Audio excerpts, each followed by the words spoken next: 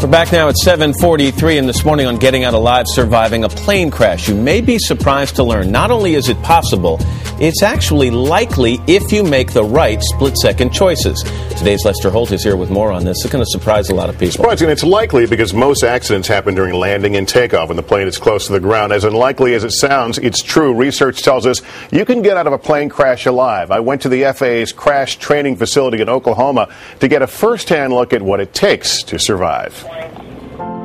I've got two on the ground. Performers DJ AM and Travis Barker ran from a burning plane and survived. This Air France jet crashed in Toronto. All 309 passengers on board lived that day. And in May, this jetliner crashed in Honduras. 5 died, but more than 130 passengers walked away. Though it seems unlikely, research shows nearly 96% of passengers involved in plane crashes survived. Mac McLean with the FAA's Civil Aerospace Medical Institute studies plane crashes and how people respond. What happens on an airplane when an accident has occurred? About 15% of the people are going to be highly prepared to get up and get out, no matter the situation. Another 15% or so are going to be incapacitated, probably mentally and not physically. The other 70% are somewhere in between and can be roused to meet the situation or lulled into not doing anything if the circumstances don't evolve correctly. In 1991, U.S. Air Flight number 1493 crashed onto another plane in Los Angeles. All on board survived the initial impact, but 35 of 89 passengers later died from smoke and burns because they couldn't get out of the plane fast enough.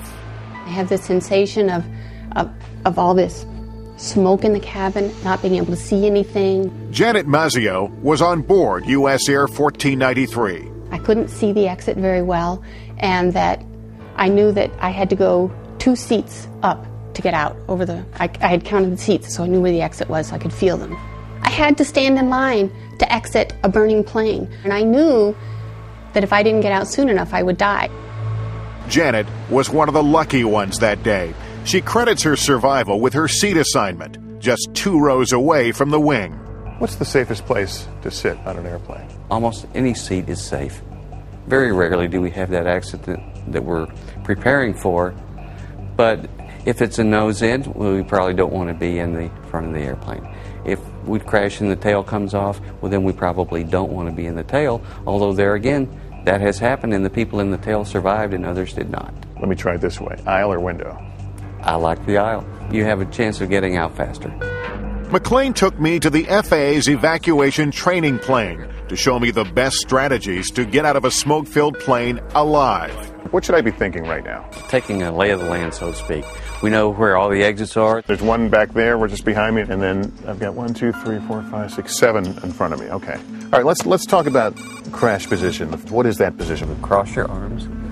Put your wrists over each other. So I want to lean against the seat. Lean against that seat and put your head as far forward as you possibly can with your feet flat on the floor. All right, what am I accomplishing here then? You're setting your body up to absorb the energy of the crash in the best way possible.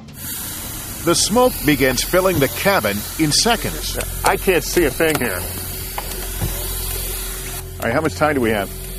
We only have 2 minutes tops. All right, I can't see the exit, but I know I counted the seat back, so I got 1, I got 2, 3, 4, 5. All right, there's debris in front of this exit, so we got to go to the other one. Right, come back to your secondary. All right. Many people at this point make the mistake of grabbing luggage from the overhead bins, which can mean life or death for you and others. Don't do it.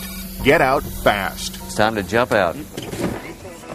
Many people linger at the slide and risk colliding with others and impeding evacuation. McLean says quickly move away from the plane. My training is done. The evacuation had the comfort of not being real. But for survivors like Janet Mazzio, a crash is something that never leaves you. It changes your perspective on life sometimes. You know, you come away from something like that appreciating every day in a way that you can't possibly if you haven't been through something like that.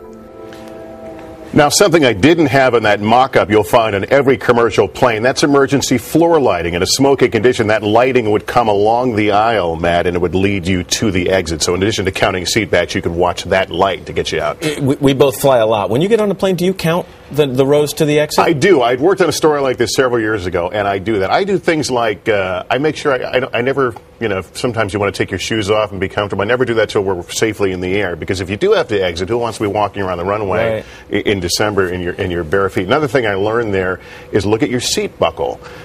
Could you open that buckle blindly? One of the people there asked me, which way would you open your buckle? And I said, I'm not sure, because they're different. Right. And in a smoke condition, that could give you seconds knowing it goes this way or goes this way. Aisle or window for you from now on, by the way. Aisle? Aisle guy. Yeah, I think so too. Yeah. Anyway, great advice. Lester, thanks very much. You. We appreciate it.